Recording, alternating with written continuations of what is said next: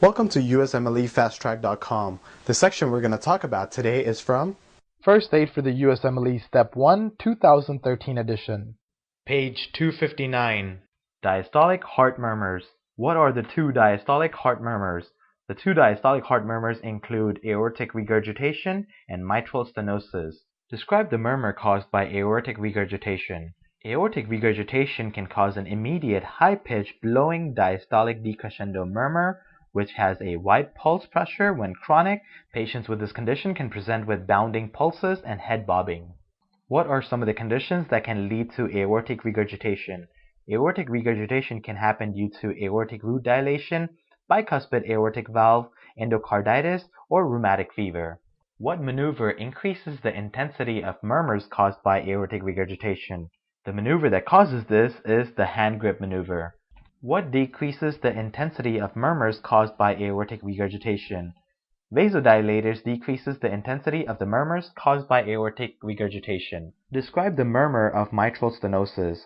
Mitral stenosis can cause a diastolic murmur that has an opening snap, and the opening snap happens due to an abrupt halt in the leaflet motion in a diastole after a rapid opening due to fusion of the leaflet tips. This murmur is referred to as a delayed rumbling late diastolic murmur. One other thing to note about this is that in mitral stenosis, because of the stenotic mitral valve, the left atrium has a much higher pressure than the left ventricle does during a diastole. What condition can lead to mitral stenosis? Mitral stenosis happens secondary to rheumatic fever. What can happen to the left atrium due to chronic mitral stenosis?